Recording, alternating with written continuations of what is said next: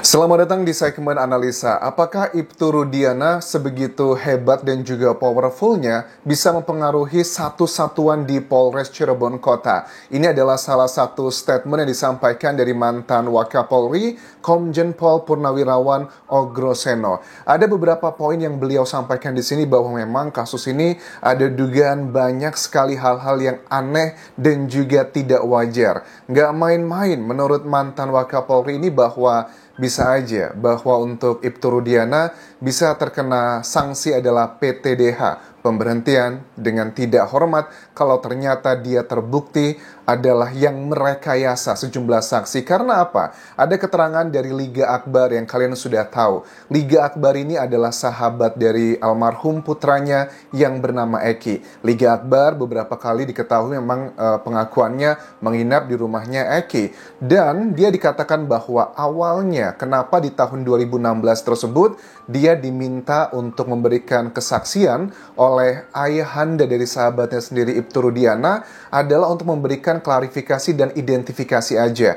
Apakah benar ini bajunya Eki? Apakah benar ini helmnya Eki? Dan sejenis hal-hal seperti itu. Menurut Komjen Pol Purnawirawan Ogroseno ini bahwa ini kan sebuah hal yang konyol sebenarnya.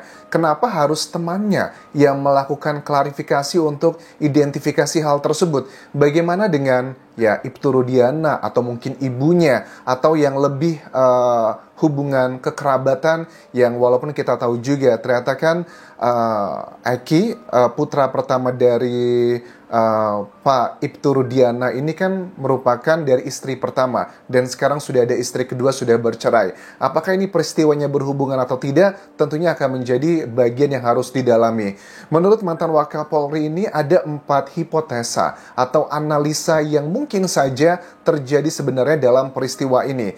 Apakah benar korbannya ini murni adalah Vina dan Eki yang terbawa, atau yang kedua justru Eki lah yang menjadi sasaran utama tetapi Vina yang terbawa, atau yang ketiga ini adalah perkelahian antara remaja biasa termasuk juga dengan geng motor, atau jangan-jangan ini berhubungan dengan narkoba karena di tahun 2016 tersebut beberapa bulan sebelum terjadinya peristiwa ini di tanggal 27 Agustus 2016 Polres Cirebon itu baru aja berhasil kerjasama dengan Mabes Polri untuk menangkap gerombolan yang menyita ada narkoba, ada sabu-sabu, nilainya itu mencapai kayaknya nggak cuma puluhan miliar, tapi sudah ratusan miliar. Nah, ini adalah bagian yang sedang menjadi perdebatan masyarakat. Ibtu Rudiana berpotensi di PTDH menurut beliau kalau memang dia peranannya itu memaksa seseorang untuk memberikan keterangan palsu. Kenapa? Karena hal ini sudah mempermalukan kepolisian dan merusak nama baik kepolisian. Liga Akbar adalah sosok yang suka tidak suka, dia mengatakan bahwa dalam wawancara terbarunya, saya itu sebenarnya tidak mengerti tentang hukum. Kalau saya tahu dari dulu bahwa BAP ini bisa dicabut atau dirubah, saya pasti sudah melakukannya dari dulu. Tetapi karena menurutnya saya nggak ngerti, saya nggak knowledgeable terkait dengan peristiwa ini, saya baru ngerti pada saat saya didampingi dengan kuasa hukum. Dan dia mengatakan bahwa sebenarnya di tanggal kejadian tersebut, saya memang tidak melihat Vina dan Eki sampai jam 9.15. Ini adalah BAP yang pertama kali disampaikan oleh Ibu Titin kuasa hukumnya Saka Tatal dan juga Sudirman, 2 terpidana yang sekarang 1 sudah bebas.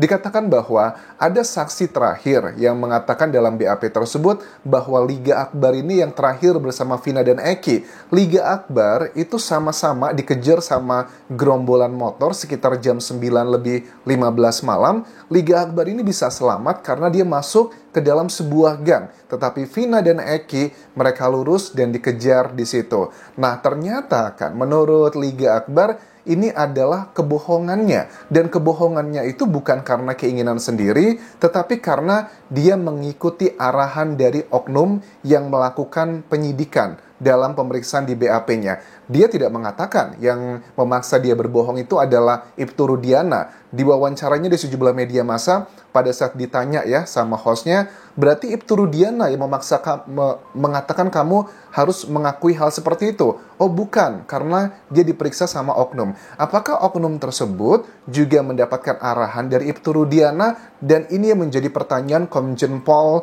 Purnawirawan Ogroseno. Apakah Ibtu Rudiana itu bisa mempengaruhi Polres sebegitu hebatnya?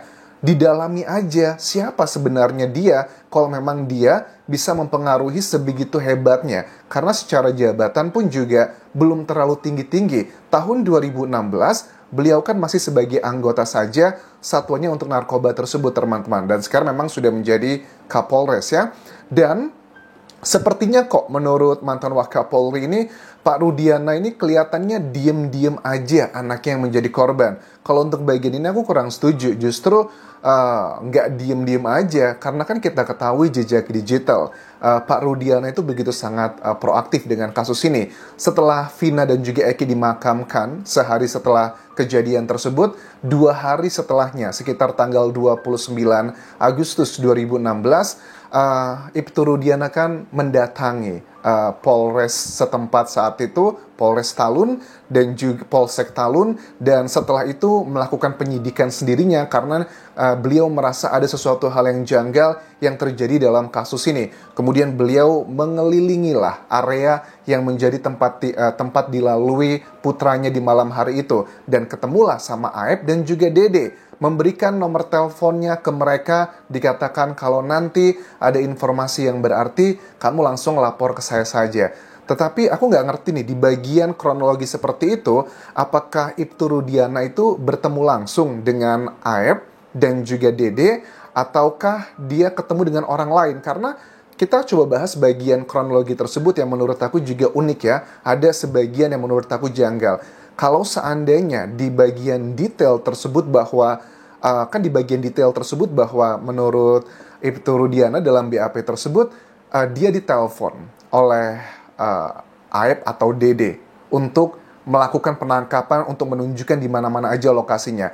Kalau memang di BAP detailnya tersebut mereka bertemu secara langsung, ditunjukkan fotonya, kenapa nggak ngomong langsung di saat bertemu pertama kali itu? Tetapi kenapa harus ditelepon? Apakah mungkin ini adalah salah satu indikasi Ibtu Rudiana adalah juga korban dari kebohongan yang dibuat oleh Aep dan juga Dede? Bagi kalian yang kontra, tapi bagi kalian yang pro dengan Aep dan Dede bahwa nggak anjas, Aep dan Dede itu membutuhkan waktu untuk memberikan keberanian. Karena tahun 2016 itu yang namanya geng motor di kawasan tersebut itu lagi heboh-hebohnya dan banyak kejadian yang mengerikan. Aep pun juga mengatakan ya di beberapa wawancaranya dulu awal-awal di media nasional bahwa saya tuh juga ketakutan katanya. Ketakutan kenapa? Ketakutannya itu dibuktikan pada saat dia dipanggil oleh pengadilan untuk memberikan kesaksiannya. Mereka tuh tidak datang, Aep dan juga Dede. Alasannya karena sebelumnya tuh juga ada kejadian dengan geng motor yang dihabisi dan sejenisnya. Makanya kami tidak datang. Nah sayangnya walaupun Aep dan Dede tidak datang ke persidangan di tahun 2016 tersebut, tetapi kesaksian mereka itu dibacakan lewat BAP-nya. Apakah ini bisa fair atau enggak? Karena ya ada banyak saksi juga lah teman-teman dari kelima terdakwa yang ada dalam peristiwanya rumahnya Pak RT ya, nama-nama yang kalian sudah tahu tersebut. Itu kan mereka memberikan keterangan yang berbeda antara BAP dengan keterangan yang di persidangan. Mereka mengatakan bahwa malam hari itu kami bersama para 5 terpidana tersebut untuk membantah. Tetapi di BAP mereka mengakui sebaliknya karena mereka mengaku bahwa itu kami sudah diarahkan. Katanya Pak RT-nya aja mengatakan tidak membuka pintu untuk mereka. Mereka menginap bukan di malam kejadian Vina dan Eki, tetapi adalah 1 hari atau 2 hari setelahnya. Ini yang ngebuat mereka ketakutan untuk mengamankan diri masing-masing. Dan kemudian juga menurut Komjen Pol Purnawirawan Ogroseno ini bahwa keanehan itu adalah apakah ada surat panggilan untuk Liga Akbar pada saat dia diminta oleh Ibtu Rudiana untuk menjadi saksi. Apakah ini inisiatif pribadi ataukah memang ada panggilan dari penyidiknya? Karena keterlibatan dari Ibtu Rudiana ini ya suka tidak suka apakah pure hanya sekedar ngebantu, tapi kalau aku lihat keterangan dari awal kasus ini muncul, ya kita tahulah kuasa hukum dari Saka Tatal berkali-kali mengatakan bahwa Ibtu Rudiana itu awalnya juga suka nggak suka, ya menerima ini adalah kecelakaan, tetapi karena dia feelingnya ada yang nggak beres, katanya putranya sebulan lalu pernah curhat, ada masalah, ditambah lagi dengan kesurupannya Linda, makanya dia yakin ini ada sesuatu hal di balik ini semua. Plus juga menurut mantan Wakapolri ini bahwa di awal kasus ini terjadi pada saat penemuan Vina dan juga Eki, ini kenapa ya dari penyidik saat itu di tingkat polseknya langsung mengidentifikasi ini adalah laka lantas tunggal. Padahal sejumlah saksi bilang pakaiannya dari Vina, terutama celana dalamnya itu melorot, udah nggak benar. Ini kan udah indikasi bahwa ada unsur pidana di dalam kasus ini, tetapi kenapa tetap